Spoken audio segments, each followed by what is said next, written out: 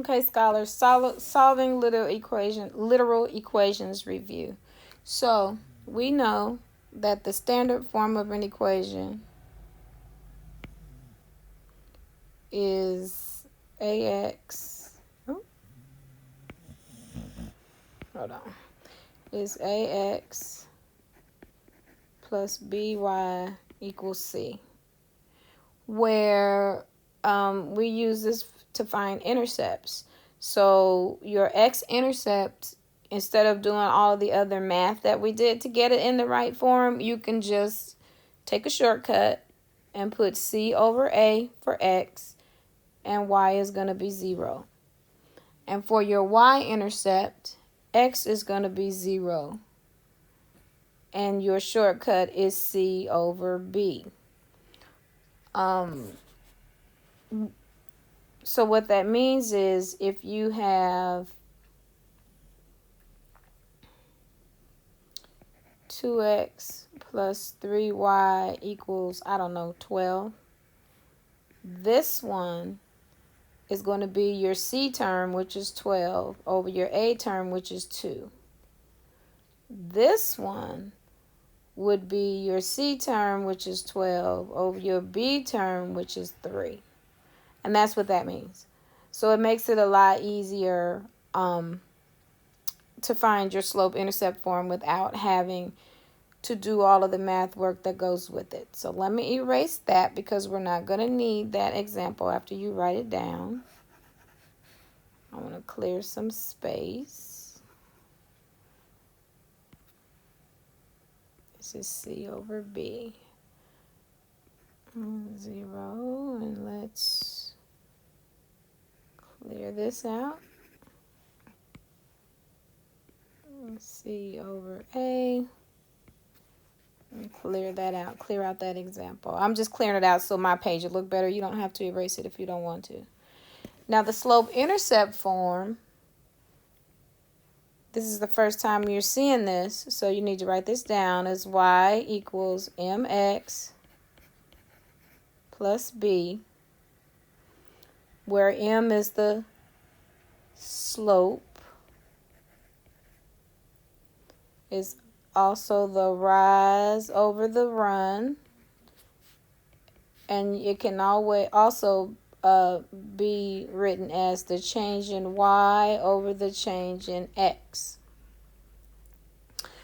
And the intercept is b.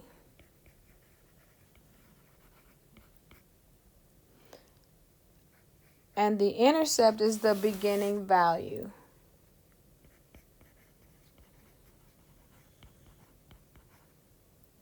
Which is the place where you want to start. It would help if Miss Brickman could spell today. So let me go back and fix my spelling. Beginning value, which is going to be your y-intercept, which is 0, b. Okay, let's try this. So it says, the directions say, let me make this a little bit bigger so we can see if I can make it bigger. The direction says to convert each equation from standard form to slope-intercept form by solving for y. So that means you're going to get y by itself. So the first thing you want to do to get y by itself is to subtract 5x from both sides. This cancels. We now have cy equals negative 5x minus 18. I'm going to tell you that the x term comes first on the right side of the equation. So that's going to always be first on the right side of the equation. Now we're still trying to get y by itself. So now we're going to divide both sides by 6.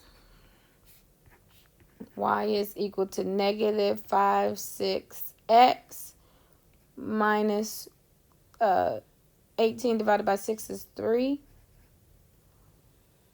Where m is your slope, so that's negative 5 over 6, and b is negative 3. Okay, let's do number 2. Again, we're trying to get y by itself, so we'll subtract the x term from both sides. Negative y equals negative x plus 10. And one thing that we know is y cannot be negative. Y cannot be negative. So that means you can multiply everything by negative 1. So positive y is now going to equal positive x minus 10, because 10 times negative 1 is negative 10. Don't forget that when you don't have a number in front of your variable, those are invisible ones. So your slope in this case is going to be 1, and your y-intercept is going to be negative 10. All right, scholars, we'll leave the rest of these for you to do on your own.